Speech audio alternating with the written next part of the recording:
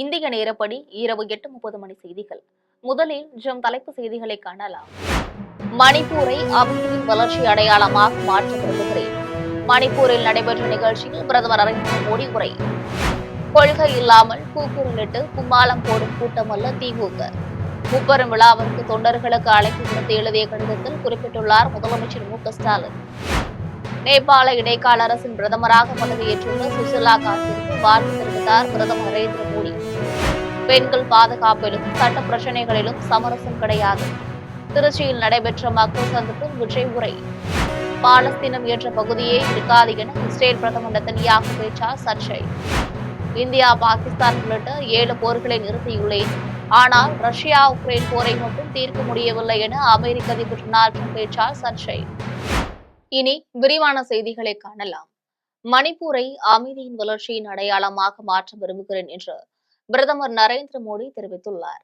2023ஆம் ஆண்டு மணிப்பூரில் இனக்கலவரம் ஏற்பட்டதில் 200க்கும் மேற்பட்டோர் உயிரிழந்த நிலையில் தற்போது அம்மாநிலத்தில் அமைதி திரும்பி வருகிறது.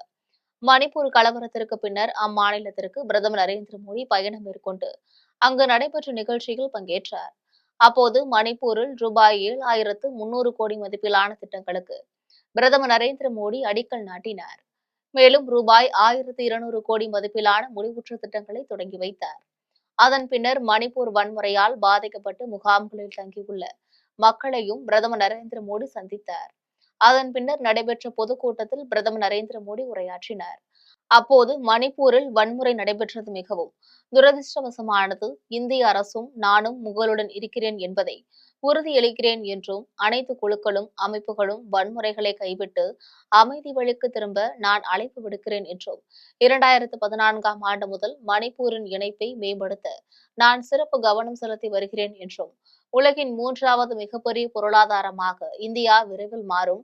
அதன் வளர்ச்சி நாட்டின் ஒவ்வொரு பகுதிக்கும் செல்லும் என்பதை நான் உறுதி செய்கிறேன் என்றும் மணிப்பூரை அமைதியின் வளர்ச்சியின் அடையாளமாக மாற்ற விரும்புகிறேன் என்றும் மக்கள் அமைதி வழியை தேர்ந்தெடுத்துள்ளனர் என்றும் பிரதமர் நரேந்திர மோடி தெரிவித்துள்ளார். கொள்கை இல்லாமல் கூக்குரலிட்டு கும்மாளம் போடும் கூட்டமல்ல திமுக என்று முப்பெரும் விழாவிற்கு அழைப்பு விடுத்து தொண்டர்களுக்கு எழுதிய கடிதத்தில் முதலமைச்சர் மு.க.ஸ்டாலின் தெரிவித்துள்ளார். திமுக தலைவரும் முதலமைச்சருமான மு.க.ஸ்டாலின் தொண்டர்களுக்கு கடிதம் எழுதியுள்ளார். அதில் பகுத்தறிவு பகலவன் தந்தை பெரியார் பிறந்தநாள், தமிழ்த்தாயின் தலைமகன் பேரறிஞர் பெருந்தகை அண்ணா பிறந்தநாள், பெரியாரின் லட்சியங்களை வென்றெடுத்திட அண்ணாவால் நம் இதய துடிப்பான திராவிட முன்னேற்ற கழகம் தொடங்கப்பட்ட நாள். இந்த 3ம் நிகழ்ந்தது செப்டம்பர் மாதம் என்பதால் முப்பெரும் விழாவாக உடன்பிறப்புகளின் திருவிழாவாக கொண்டாடும் வழக்கத்தை தொடங்கியவர் நம் உயிர்நிகர் தலைவர் கலைஞர் கருணாநிதி என்றும் முதலமைச்சர் மு.க.ஸ்டாலின் தெரிவித்துள்ளார். மேலும் கொள்கை முழக்கமிடும் கருத்தரங்குகள், பட்டிமன்றங்கள், கவியரங்குகள், பொதுக்கூட்டம் என 3 நாள் திருவிழாவாக முப்பெரும் விழாவை முன்னெடுத்து பெரியார், அண்ணா, பாவேந்தர், கலைஞர் பெயர்களில் கழகத்தின் மூத்த முன்னோடிகளுக்கு விருதுகள் வழங்கும் வழக்கத்தையும் முத்தமிழறிஞர் கலைஞர் கருணாநிதி உருவாக்கினார் என்றும் முதலமைச்சர் மு.க.ஸ்டாலின் தெரிவித்தார். மேலும் பேரறிஞர் பெருந்தகை அண்ணா போதித்த கட்டுப்பாட்டை முத்தமிழர் அறிஞர் கலைஞர் கட்டிக்காத்தது.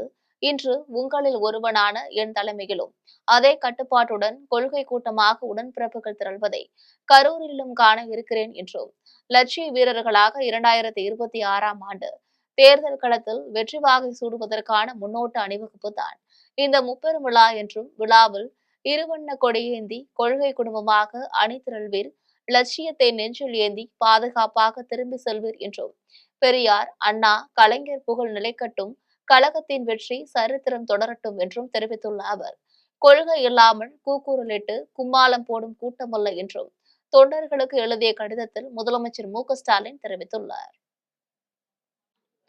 நேபாள இடைக்கால அரசின் பிரதமராக பதவியேற்றுள்ள சுசிலா கார்கிற்கு பிரதமர் நரேந்திர மோடி வாழ்த்து தெரிவித்துள்ளார். நேபாளத்தில் ஊழல், வேலைவாய்ப்பின்மை உள்பட பல்வேறு பிரச்சினைகளை முன்வைத்து அரசிற்கு எதிராக கடந்த 8ஆம் தேதி இளைஞர்கள் போராட்டத்தில் ஈடுபட்டனர். குறிப்பாக சமூக வலைதளங்களை நேபாள் அரசு முடக்கியது போராட்டத்திற்கு முக்கிய காரணமாக அமைந்தது. அரசிற்கு எதிரான போராட்டம் தீவிரமடைந்ததை அடுத்து பிரதமர் கே.பி. சர்மா ஒலி தன்னுடைய பதவியை ராஜினாமா செய்தார். இதன் மூலம் நேபாளத்தில் கே.பி. சர்மா தலைமையிலான அரசு கவிழ்ந்தது. இதையடுத்து ராணுவம் கட்டுப்பாட்டில் நேபாளம் சென்றது. அதன் பின்னர் போராட்டக் குழுவினர் ஜனாதிபதி ராணுவத்தினர் இணைந்து நடத்திய பேச்சுவார்த்தைக்கு பின் நேபாளத்தில் இடைக்கால அரசு அமைய ஒப்புதல் அளிக்கப்பட்டது. மேலும் இடைக்கால அரசின் பிரதமராக உச்சநீதிமன்ற முன்னாள் தலைமை நீதிபதி சுசீலா கார்கே தேர்வு செய்யப்பட்டார். இதையடுத்து நேபாளத்தின் பிரதமராக சுசிலா கார்கே நேற்று பதவியேற்றார். இந்நிலையில் சுசிலா கார்கேற்கு பிரதமர் நரேந்திர மோடி வாழ்த்துக்களை தெரிவித்துள்ளார். மேலும் நேபாளம் இந்தியாவின் மிகவும் நெருங்கிய நண்பன் என்றும் நேபாள இடைக்கால அரசின் பிரதமராக பொறுப்பேற்றுள்ள சுசிலா கார்கேற்கு 140 கோடி இந்தியர்கள் சார்பில் எனது வாழ்த்துக்களை தெரிவித்துக் கொள்கிறேன் எனவும் நேபாளத்தின் முதல் பெண் பிரதமராக சுசிலா கார்கே பொறுப்பேற்றுள்ளது பெண்களின் முன்னேற்றத்திற்கான சிறந்த உதாரணம் என்றும் பிரதமர் நரேந்திர மோடி தெரிவித்துள்ளார். கல்வி, மின்சாரம், மருத்துவம் போன்ற அடிப்படை தேவைகளை தமிழக வெற்றிக் கழகம் செய்து கொடுக்கும் என்றும் பெண்கள் பாதுகாப்பிலும் சட்ட பிரச்சினைகளிலும் சமரசம் கிடையாது என்றும் திருச்சியில் நடைபெற்ற பரப்புரையில் விஜய் தெரிவித்தார். திருச்சியில் தமிழக வெற்றிக் கழக தலைவர் விஜய் பரப்புரை மேற்கொண்டார். அப்போது திமுகவை சேர்ந்தவருக்கு சொந்தமான மருத்துவமனையில் கிட்னி திருட்டு நடைபெற்றுள்ளது. பேருந்துகளில் பெண்களை இலவசமாக அனுமதித்துவிட்டு பின்னர் ஓசி ஓசி என சொல்லி காட்டுகிறார்கள். எல்லோருக்கும் ரூபாய் 1000 தருவதில்லை, கொடுத்த சிலருக்கும் சொல்லி காட்டுகிறார்கள் என்று விஜய் தெரிவித்தார். மேலும் டீசல் விலையில் ரூபாய் 3 குறைப்பு, மாணவர்கள் கல்வி கடன் ரத்து, அரசு வேலையில் பெண்களுக்கு 40% இடஒதுக்கீடு, அரசு ஊழியர்களுக்கு பழைய ஓய்வூதிய திட்டம், அரசு பணியில் 2 லட்சம் காலி பணியிடங்கள் நிரப்பப்படும் என திமுக வாக்குறுதி அளித்ததை நிறைவேற்றியதா என்றும் இப்படியே நாம் கேள்வி கேட்டுக்கொண்டே இருக்க வேண்டியதுதான் என்றும் திமுகவினரிடமிருந்து எந்த பதிலும் வரப்போவதில்லை என்றும் விஜய் தெரிவித்தார். மேலும் கல்வி, மின்சாரம், மருத்துவம் போன்ற அடிப்படை தேவைகளை தமிழக வெற்றிக் கழகம் செய்து கொடுக்கும் என்றும் பெண்கள் பாதுகாப்பிலும் சட்ட பிரச்சினைகளிலும் சமரசம் கிடையாது என்றும் நடைமுறைக்கு எது சாத்தியமோ அதையே நாங்கள் செய்வோம் என்றும் வெற்றி நிச்சயம், மீண்டும் சந்திக்கும் வரை நன்றி வணக்கம் என கூறிவிட்டு விஜய் தன்னுடைய உரையை நிறைவு செய்தார். பாலஸ்தீனத்தின் மீது இஸ்ரேல் தாக்குதலை தீவிரப்படுத்தி வரும் நிலையில் பாலஸ்தீனம் என்ற பகுதியே இருக்காது என்று இஸ்ரேல் பிரதமர் நெதன்யாகு பேசியிருப்பது பரபரப்பை ஏற்படுத்தியுள்ளது. பாலஸ்தீனத்தின் மீதான இஸ்ரேலின் கோர தாக்குதல்கள் தொடர்ந்து வருகின்றன. கடந்த 8ஆம் தேதி காசா மக்களை தங்கள் பகுதியிலிருந்து வெளியேறுமாறு இஸ்ரேல் பிரதமர் நெதன்யாகு கடுமையாக எச்சரித்திருந்தார். அப்போது இனி பாலஸ்தீனம் என்ற ஒரு பகுதியே இருக்காது என்றும் இது நமக்கு சொந்தமான இடம் என்றும் தெரிவித்துள்ளார். இதனிடையே இஸ்ரேலின் அத்துமீறலுக்கு எதிராகவே இங்கிலாந்து, பிரான்ஸ் உள்ளிட்ட சில நாடுகள் பாலஸ்தீனத்தை நாடாக அங்கீகரிக்க முடிவு செய்துள்ளன. இந்நிலையில் பாலஸ்தீனத்தை முற்றிலும் காலி செய்யும் நோக்கத்தில் அங்குள்ள மக்களை வெளியேற்றுவதில் இஸ்ரேல் அரசு தீவிரமாக உள்ளது. மேலும் பாலஸ்தீனத்திற்கு ஆதரவாக இருக்கும் நாடுகளின் மீதும் இஸ்ரேல் தொடர்ந்து தாக்குதல் நடத்தி வருகிறது. அதில் இந்த வாரம் கத்தார் நாட்டின் மீது நடத்திய தாக்குதலும் குறிப்பிடத்தக்கது. இந்தியா, பாகிஸ்தான் உள்ளிட்ட 7 போர்களை நிறுத்தியுள்ளேன் என்றும், ஆனால் ரஷ்யா, உக்ரைன் இடையேயான போரை மட்டும் இதுவரை தீர்க்க முடியவில்லை என்றும் அமெரிக்க அதிபர் டொனால்ட் ட்ரம்ப் தெரிவித்துள்ளார். இந்தியா, பாகிஸ்தான் இடையேயான போரை வர்த்தக பேச்சுவார்த்தையின் மூலமாக நிறுத்தியதாக அமெரிக்க அதிபர் ட்ரம்ப் தொடர்ந்து கூறி வருகிறார். இந்தியாவில் எதிர்க்கட்சிகளும் இது தொடர்பாக கேள்வி எழுப்பி வருகின்றனர். இந்நிலையில் ட்ரம்ப் இது பற்றி மீண்டும் பேசியுள்ளார். அதில் உக்ரைன், ரஷ்யா இடையேயான போரை நிறுத்துவது எளிதானது என்று நினைத்தேன். ஆனால் இந்த போரை நிறுத்த தீவிரமாக இறங்க முடிவு செய்திருக்கிறேன் என்றும், பல நாடுகளின் வரி விதிப்புகளின் மூலமாக நாங்கள் போரை நிறுத்தியிருக்கிறோம் என்றும் தெரிவித்த அவர், இந்தியா, பாகிஸ்தான் உள்ளிட்ட 7 போர்களை நிறுத்தியுள்ளேன் என்றும், ஆனால் ரஷ்யா, உக்ரைன் இடையேயான போரை மட்டும் இதுவரை தீர்க்க முடியவில்லை என்றும் அமெரிக்க அதிபர் டொனால்ட் ட்ரம்ப் தெரிவித்துள்ளார். மணிப்பூரில் 2027ஆம் ஆண்டு தேர்தல் வரவுள்ளதால் பிரதமர் நரேந்திர மோடி மணிப்பூர் செல்கிறார் என்றும், எடப்பாடி பழனிசாமி அவரது கட்சியை உடையாமல் பார்த்துக் கொண்டால் அவருக்கு பாதுகாப்பு என்றும் தூத்துக்குடியில் நாடாளுமன்ற உறுப்பினர் கனிமொழி தெரிவித்துள்ளார். தூத்துக்குடியில் நடைபெற்ற ஏஐ தொழில்நுட்ப பயிற்சி கருத்தரங்கத்தில் பங்கேற்ற பின்னர் நாடாளுமன்ற உறுப்பினர் கனிமொழி செய்தியாளர்களை சந்தித்து பேசினார். அப்போது முதலில் கம்ப்யூட்டர் தொடர்பான பாலிசியையும் ஐடி பாலிசியையும் கொண்டு வந்தவர் முன்னாள் முதலமைச்சர் கருணாநிதி என்றும் தெரிவித்தார். மேலும் புதிதாக தேர்வு செய்யப்பட்டுள்ள துணை குடியரசுத் தலைவருக்கு ஏற்கனவே வாழ்த்துக்களை தெரிவித்துக் கொண்டுள்ளோம் என்றும், அவர் நடுநிலையோடு சிறப்பாக செயல்பட வேண்டும் என்றும், ஜனநாயகத்தினை காப்பவராக, குறிப்பாக தமிழ்நாடு உரிமைகளையும் ஜனநாயகத்தையும் பாதுகாக்கும் மிகப்பெரிய பொறுப்பு அவருக்கு வழங்கப்பட்டுள்ளது என்றும், எனவே அவர் சிறப்பாக செயல்பட வேண்டும் என வாழ்த்துகிறேன் என தெரிவித்த அவர், 2026 சட்டமன்ற தேர்தலில் விரைவில் தேர்தல் பிரச்சாரத்தில் ஈடுபடுவேன் என்று நாடாளுமன்ற உறுப்பினர் கனிமொழி தெரிவித்தார். ஏன்னா முதல்ல இந்த கம்ப்யூட்டர் பாலிசி அதை கொண்டு வந்தது தலைவர் கலைஞர் அவர்கள். ஐடி பாலிசி, இன்ஃபர்மேஷன் டெக்னாலஜி பாலிசியை கொண்டு வந்தது தலைவர் கலைஞர் அவர்கள் தான். இதை அடுத்த கட்டத்திற்கு அது வளரும் பொழுது நாமும் மக்களை தயார் செய்ய வேண்டும் என்பதற்காகத்தான் இந்த ஒர்க் ஷாப்ஸ். துணை குடியரசுத் தலைவராக தேர்ந்தெடுக்கப்பட்டிருக்காங்க. இல்லைங்க, வாழ்த்துக்களை தெரிவித்திருக்கிறோம். முதலமைச்சர் அவர்களும் அவருடைய வாழ்த்துக்களை பதிவு செய்திருக்கிறார். நானும் என்னுடைய வாழ்த்துக்களை. நிச்சயமாக அவர் நடுநிலையோடு சிறப்பாக செயல்பட வேண்டும், ஜனநாயகத்தை காப்பாற்றக்கூடிய ஒருவராக. ஏன்னா தமிழ்நாடு மாநில உரிமைகளுக்காகவும் ஜனநாயகத்தை பாதுகாக்கக்கூடிய ஒரு மாநிலத்திலிருந்து வரக்கூடிய ஒருவர், அதை பாதுகாக்கக்கூடிய ஒரு மிகப்பெரிய பொறுப்பு அவருக்கு வழங்கப்பட்டிருக்கிறது. மகா யோக்கியர்கள் போல வேஷம் போட்டு அதிகாரியாக இருந்து அரசியல்வாதியாக மாறி தமிழகத்திற்கு பின்னடைவை தேடித்தந்த அண்ணாமலையின் அனைத்து கள்ளத்தனமான செயல்களும் வெட்ட வெளிச்சமாகி உள்ளது என்று தஞ்சையில் உயர்கல்வித்துறை அமைச்சர் கோவி செழியன் விமர்சனம் செய்துள்ளார். தஞ்சை அண்ணா நூற்றாண்டு அரங்கத்தில் மாவட்ட அளவில் நடைபெற்ற முதலமைச்சர் கோப்பைக்கான விளையாட்டுப் போட்டிகளில் வெற்றி பெற்றவர்களுக்கு பரிசுகள் வழங்கும் நிகழ்ச்சி நடைபெற்றது.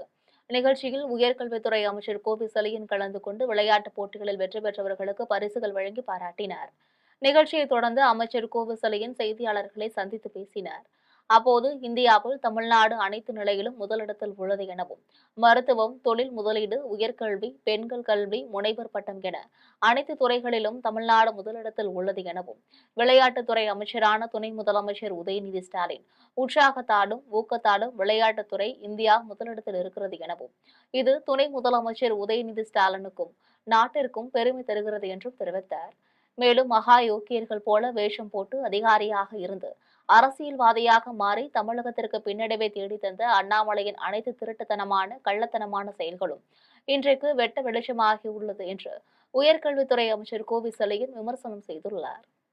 முதலமைச்சர் கோப்பைக்கான மாவட்ட அளவில் தேர்வு செய்யப்பட்ட பள்ளி மாணவர்கள், கல்லூரி மாணவர்கள், பொதுப்பிரிவினர், மாற்றுத்திறனாளிகள், அரசு ஊழியர்கள் என்று 5 தரப்பு தேர்வு செய்யப்பட்ட போட்டியாளர்களுக்கு இன்றைக்கு பரிசுகளை வழங்கியிருக்கிறோம். தஞ்சை மாவட்டத்தில் மாவட்ட ஆட்சித்தலைவர், நாடாளுமன்ற உறுப்பினர், சட்டமன்ற உறுப்பினர், மேயர், துணை மேயர், கல்லூரி கல்வி இயக்கத்தினுடைய ஆணையர், பள்ளி கல்வி இயக்கத்தினுடைய ஆணையர் மற்றும் அனைத்து துறையை சார்ந்த அதிகாரிகள் முன்னிலையில் இன்னைக்கு வழங்கியிருக்கிறோம்.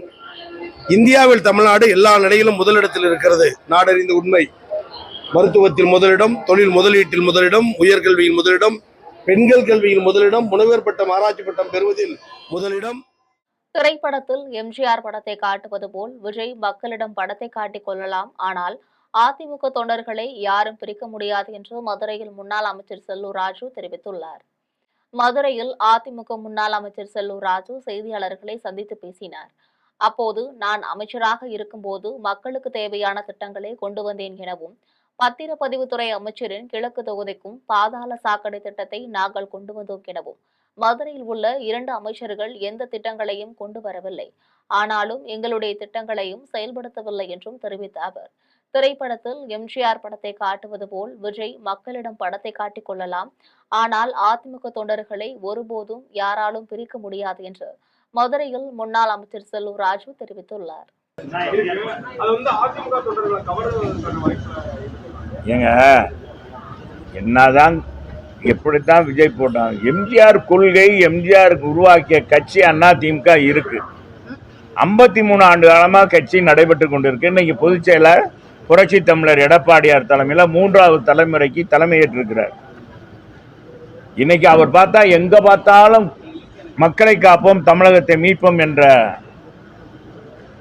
ஒரு அற்புதமான வரிகளை கொண்டு பேசி மக்களை கவர்ந்து வருகிறார். இந்த புயல் மையம் கொண்டிருக்குன்னு சொல்லுவாங்கல்ல தம்பி,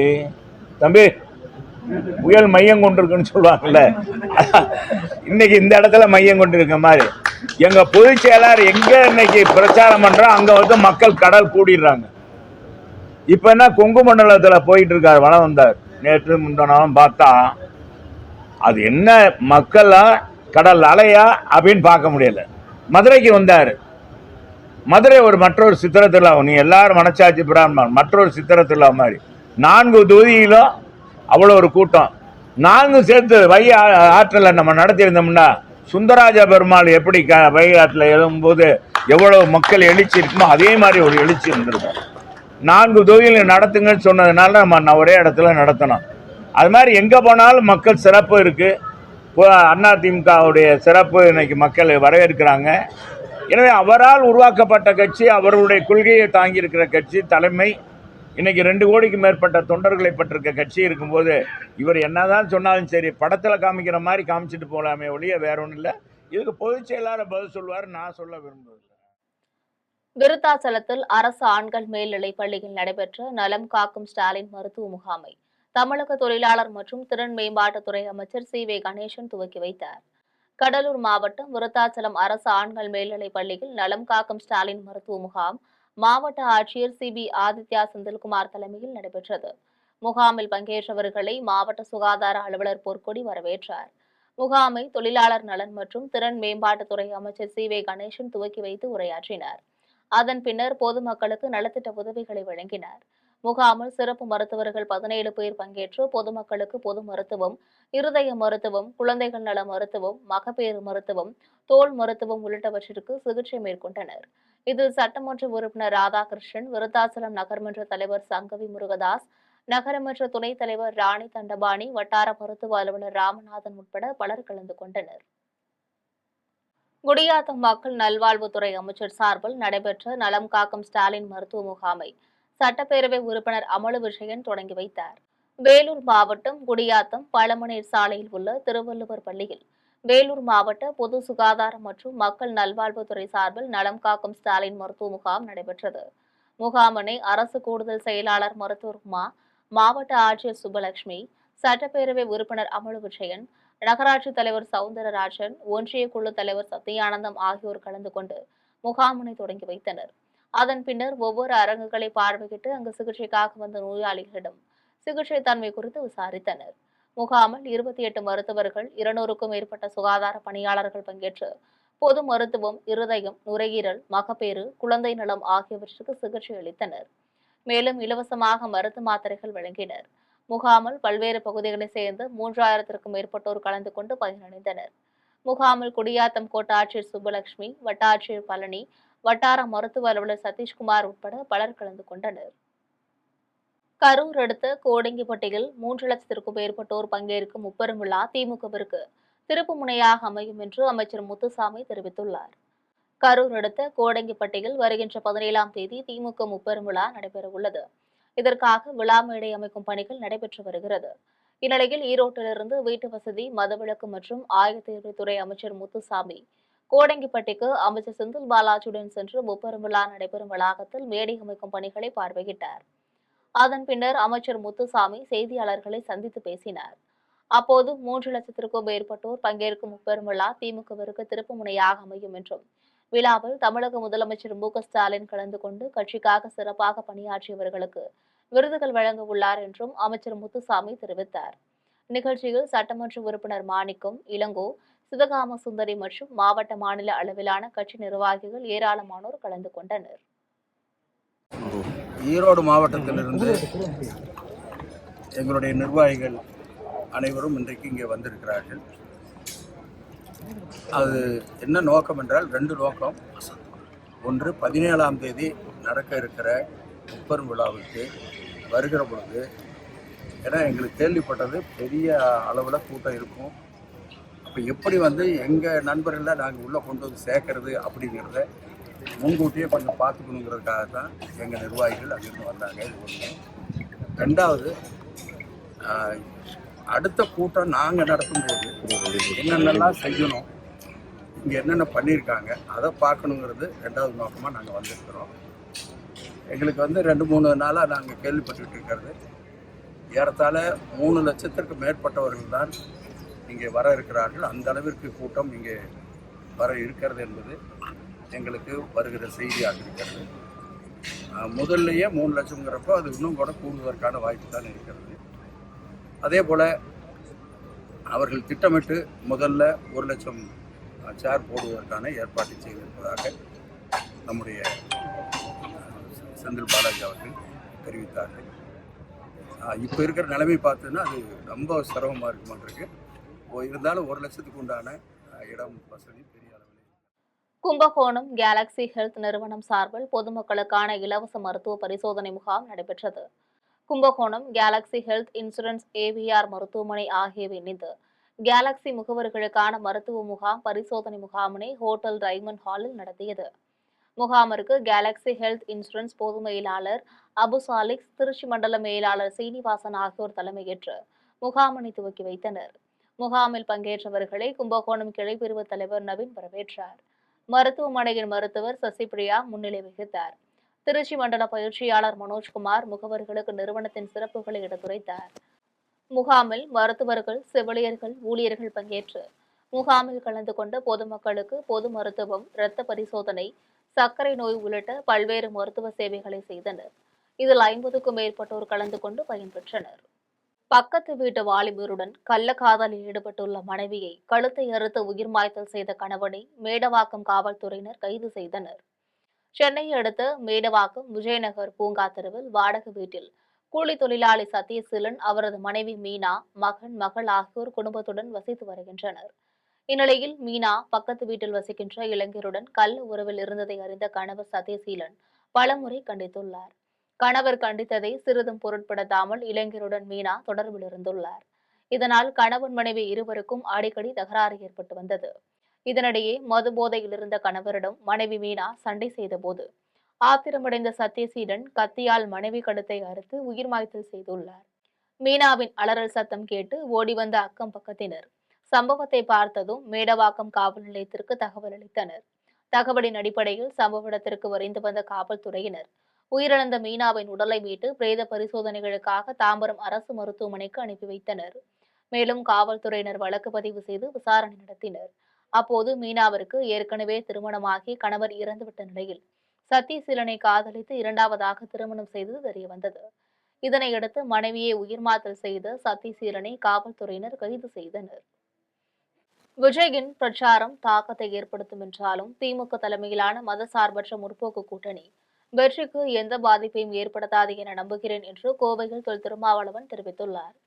கோவை சுங்கம் பகுதியில் உள்ள தனியார் அரங்கத்தில் சென்ட்ரல் பேங்க் ஆஃப் இந்தியா வங்கியில் பணியாற்றும் SC/ST பிரிவு ஊழியர்கள் பங்கேற்ற கருத்தரங்கு நடைபெற்றது. நிகழ்ச்சியில் விடுதலை சிறுத்தைகள் கட்சியின் தலைவர் தொல் திருமாவளவன் சிறப்பு விருந்தினராக கலந்து கொண்டு உரையாற்றினார். நிகழ்ச்சியை தொடர்ந்து தொல் திருமாவளவன் செய்தியாளர்களை சந்தித்து பேசினார்.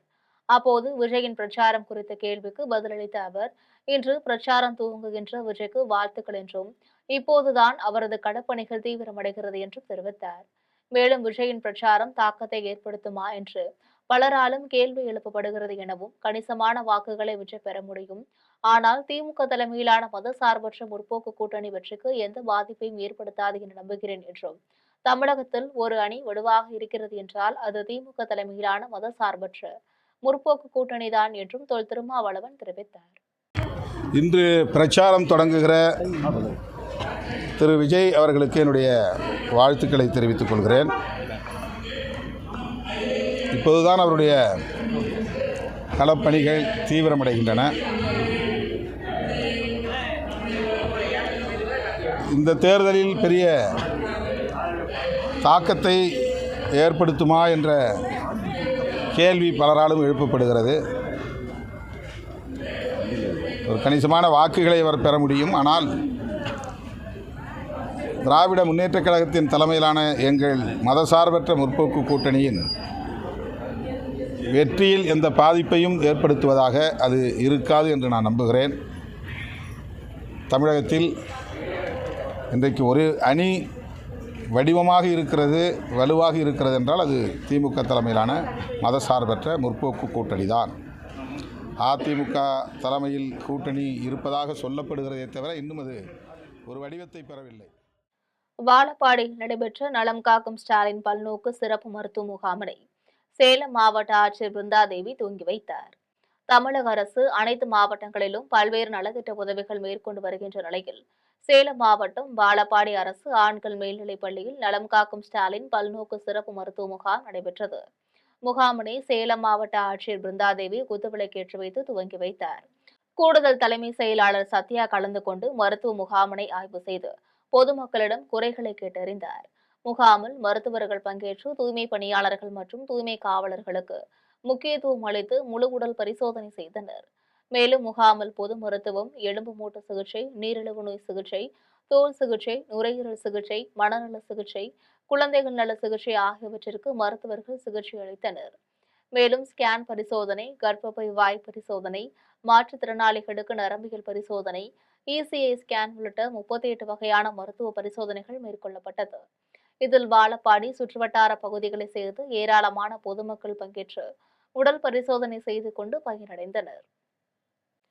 தென்காசி அருகே 2 இருசக்கர வாகனங்கள் நேருக்கு நேர் மோதிக்கொண்ட விபத்தில் படுகாயமடைந்த இருவர் தென்காசி மருத்துவமனையில் அனுமதிக்கப்பட்டு சிகிச்சை பெற்று வருகின்றனர். தென்காசி மாவட்டம் கடையநல்லூர் அருகே உள்ள அச்சம்பட்டி பெட்ரோல் பங்க் எதிரே கொல்லம் திருமங்கலம் தேசிய நெடுஞ்சாலையில் இடைக்கால பகுதியை சேர்ந்த வேலாயுதம், கணபதி ஆகிய இருவரும் இருசக்கர வாகனத்தில் சென்றபோது எதிரே வந்த வாகனம் இருசக்கர வாகனத்தின் மீது மோதிய விபத்தில் வேலாயுதம், கணபதி ஆகியோர் தலையில் பலத்த காயமடைந்தனர். இதுகுறித்து தகவல் அறிந்து சம்பவ இடத்திற்கு விரைந்து வந்த கடையநல்லூர் போலீசார் பலத்த காயமடைந்த இருவரை மீட்டு சிகிச்சைக்காக தென்காசி மருத்துவமனைக்கு அனுப்பி வைத்தனர். மேலும் வழக்கு பதிவு செய்து விசாரணை மேற்கொண்டு வருகின்றனர். வாழப்பாடி அருகே ஏத்தாப்பூரில் காவல்துறை சார்பில் நடைபெற்ற போதைப்பொருள் ஒழிப்பு விழிப்புணர்வு பேரணியில் தனியார் பள்ளி மாணவ மாணவிகள் பங்கேற்று பொதுமக்களிடையே விழிப்புணர்வு ஏற்படுத்தினர். சேலம் மாவட்டம் வாழப்பாடி அடுத்த ஏத்தாப்பூர் காவல் நிலைய எல்லைக்குட்பட்ட பகுதியில் போதைப்பொருள் ஒழிப்பு பேரணி நடைபெற்றது. இப்பேரணியை ஏத்தாப்பூர் காவல் ஆய்வாளர் செல்வராஜ் கொடியசைத்து துவங்கி வைத்தார். தனியார் பள்ளி மற்றும் ஏத்தாப்பூர் காவல்துறை சார்பில் நடைபெற்ற போதைப்பொருள் ஒழிப்பு குறித்த விழிப்புணர்வு பேரணியில் பள்ளி மாணவ மாணவிகள் பங்கேற்று சிறுவர்கள், பெரியவர்கள் மது பழக்கத்திற்கு அடிமையாக கூடாது, மது நாட்டிற்கும் வீட்டிற்கும் கேடு வாசகங்கள் அடங்கிய விழிப்புணர்வு பதாகைகளை கையில் ஏந்தியபடி ஊர்வலமாக சென்று பொதுமக்களிடையே விழிப்புணர்வு ஏற்படுத்தினர். நெவேலியில் நடைபெற்ற நலம் காக்கும் ஸ்டாலின் திட்ட மருத்துவ முகாமை அமைச்சர் காந்தி துவக்கி வைத்து பயனாளிகளுக்கு நலத்திட்ட உதவிகளை வழங்கினார். ராணிப்பேட்டை மாவட்டம் நெமிலி அரசு மேல்நிலைப் பள்ளியில் மாவட்ட ஆட்சியர் முனைவர் சந்திரகலா தலைமையில் நலன் காக்கும் ஸ்டாலின் திட்ட மருத்துவ முகாம் நடைபெற்றது. இம்முகாமில் கைத்தறி மற்றும் துணிகள் துறை அமைச்சர் ஆர் காந்தி கலந்து கொண்டு முகாமினை துவக்கி வைத்தார். அதன் பின்னர் மருத்துவ முகாமில் பல்வேறு துறைகளின் சார்பில் அமைக்கப்பட்டுள்ள துறை சார்ந்த விழிப்புணர்வு கண்காட்சி, அரங்குகள் மற்றும் சிகிச்சை பிரிவுகளை நேரடியாக பார்வையிட்டார். அதனைத் தொடர்ந்து பயனாளிகளுக்கு மருத்துவ பரிசோதனை அட்டைகள் மற்றும் அரசின் நலத்திட்ட உதவிகளை அமைச்சர் காந்தி வழங்கினார். முகாமில் பேரூராட்சி தலைவர் ரேணுகாதேவி, சரவணன், ஒன்றிய குழு தலைவர் வடிவேலு, ஊரக நலப் பணிகள் இணை இயக்குநர் மருதீர்த்தலிங்கம், மருத்துவ பணிகள் துணை இயக்குநர் செந்தில்குமார், ஒன்றிய செயலாளர்கள் SCC பெருமாள், ரவீந்திரன் மற்றும் முக்கிய நிர்வாகிகள் கலந்து கொண்டனர். மேயர் பிரியா குறித்த அவதூறான வார்த்தைகளையும் ஆபாச வீடியோக்களையும் சமூக வலைதளத்தில் பரப்பிய சமூக விரோதிகள் மீது கடும் நடவடிக்கை எடுக்கப்படும் என்று சென்னை சேத்துப்பட்டு காவல் நிலையத்தில் விசாரணைக்கு வந்த பின்னர் தமிழர் முன்னேற்றப் படை தலைவி வீரலட்சுமி தெரிவித்துள்ளார். மேயர் பிரியா குறித்து அவதூறான வார்த்தைகளையும் ஆபாச வீடியோக்களையும் சமூக வலைதளத்தில் பரப்பிய சமூக விரோதிகள் மீது கடும் நடவடிக்கை எடுக்கப்படும் என வலியுறுத்தி சேத்துப்பட்டு காவல் நிலையத்தில் புகார் அளிக்கப்பட்ட நிலையில் தமிழர் முன்னேற்றப் படை தலைவி வீரலட்சுமி விசாரணைக்காக ஆஜராகினார். அதன் பின்னர் வீரலட்சுமி செய்தியாளர்களை சந்தித்து பேசினார். அப்போது தமிழகத்தில் உள்ள சில கட்சியின் IT விங்கில் பெண்களை அவதூறாக சித்தரித்து வீடியோ பதிவிடுகின்றனர் எனவும், தமிழ்நாடு பாரதிய ஜனதா கட்சி, நாம் தமிழர் கட்சி, தமிழக வெற்றிக் கழகம் உள்ளிட்ட கட்சியினர் அவதூறு வார்த்தைகளையும் ஆபாச வீடியோக்களையும் பதிவிடுகின்றனர் எனவும், சென்னை மேயர் பிரியாவை இந்து சமய அறநிலையத்துறை அமைச்சர் சேகர் பாபுவுடன் இணைத்து ஆபாசமாக சித்தரித்துள்ளனர் எனவும், இதனால் மேயர் பிரியா மன உளைச்சலுக்கு ஆளாகியுள்ளார் என்றும், எனவே சமூக விரோதிகள் மீது காவல்துறை நடவடிக்கை எடுக்க வேண்டும் என வீரலட்சுமி தெரிவித்துள்ளார். ஆபாச வீடியோக்களை அமைச்சர் பெருமக்களோட சேர்த்து பதிவிட்டதுனால எங்களது தமிழர் முன்னேற்றப்படை சார்பாக புகார் கொடுத்தோம். அந்த புகாருக்கு இன்றைக்கி G7 சேத்துப்பட்டு சைபர் கிரைமில் வழக்கு பதிவு செஞ்சுருக்காங்க. முதல் தகவல் அறிக்கை பதிவு பண்ணியிருக்கிறாங்க. சில சாட்சி ஆவணங்கள் கோர்ட்டில் நீதிமன்றத்தில் கொடுக்கறதுக்காக சில சாட்சி ஆவணங்கள் கேட்டிருந்தாங்க. நான் சமூக வலைதளத்தில் நான் பார்த்து மன உளைச்சல் ஏற்பட்ட சில ஐடியெலாம் ஏற்கனவே குறித்து கொடுத்துருந்தோம். அதோட டீட்டெயில் வீடியோஸ் எல்லாம் பென்ட்ரைவ்லையும் அதை ஸ்க்ரீன்ஷாட் எடுத்து சிக்னேச்சர்லாம் கேட்டு இன்றைக்கி சாட்சி ஆவணங்களாக கொடுத்துருக்குறோம். அதுக்காக இன்றைக்கி விசாரணைக்காக வர சொன்னாங்க. அதனால் காவல் நிலையம் வந்திருக்கிறேன். மேயர் பிரியா குறித்து சமூக வலைதளத்தில் அவதூறு பறிப்பு ஆபாச வீடியோக்களை அமைச்சர் பெருமக்களோட மேயர் பிரியா அவர்களை சித்தரிச்சு பதிவிட்ட அந்த ஐடி உரிமையாளர்கள் மீது வழக்கு போட்டிருக்காங்க. அந்த ஐடி உரிமையாளர்கள் தொடர்ச்சியாக தமிழ்நாட்டில் சமூக வலைதளங்கள்ன்ற பேரில் IT விங்குன்ற பேரில் சில கட்சிகள், அதாவது தமிழ்நாடு BJP, நாம் தமிழர் கட்சி, தமிழக வெற்றி கழகம் நடிகர் விஜய் தலைமையிலான தமிழக வெற்றி கழகம் அந்த ஐடி விங் இவங்க 3 கட்சி தான் வந்து தொடர்ச்சியாக வந்து பெண்களை வந்து ஆபாசமாக அவதூற பரப்பி சித்தரித்து சமூக வலைதளங்களை வந்து பதிவிட்டிருக்காங்க. நெமிலி ஊராட்சி ஒன்றிய பள்ளிகளில் மாணவர்கள் நலன் கருதி பழைய கட்டிடங்களை எடுத்துவிட்டு புதிதாக கட்டிடங்கள் கட்ட நடவடிக்கை எடுக்கப்பட்டுள்ளது என்று நெமிலியில் நடைபெற்ற கூட்டத்தில் ஊராட்சி ஒன்றிய குழு பெருந்தலைவர் வடிவேலு தெரிவித்துள்ளார். ராணிப்பேட்டை மாவட்டம் நெமிலி ஊராட்சி ஒன்றிய அலுவலக கூட்டரங்கில் ஊராட்சி ஒன்றிய கவுன்சிலர்கள் குழு கூட்டம் பெருந்தலைவர் வடிவேலு தலைமையில் நடைபெற்றது. கூட்டத்தில் வடிவேலு பேசினார். அப்போது நெமிலி ஒன்றியத்தில் உள்ள ஊராட்சி ஒன்றிய பள்ளிகளில் மாணவர்கள் நலன் கருதி பள்ளி வளாகத்தில் உள்ள மிகவும் பழமையான கட்டிடம் பயன்பாட்டில் இல்லாமல் இடிந்து விழும் நிலையில் உள்ள வகுப்பறை கட்டிடங்கள் மற்றும் கழிப்பறைகள் ஆகியவற்றை இடித்துவிட்டு புதிதாக கட்டிடங்கள் கட்ட நடவடிக்கை எடுக்கப்பட்டுள்ளது என்றும் தமிழ்நாடு முதலமைச்சர் மு.க.ஸ்டாலின் தலைமையில் திராவிட மாடல் ஆட்சியில் அனைத்து ஊராட்சிகளிலும் குடிநீர் வசதி, சாலை வசதி உள்ளிட்ட அனைத்து வசதிகளும் செய்து தரப்பட்டுள்ளது என்றும் பெருந்தலைவர் வடிவேலு தெரிவித்தார். கூட்டத்தில் நெமிலி வட்டார வளர்ச்சி அலுவலர்கள், கவுன்சிலர்கள் கலந்து கொண்டனர்.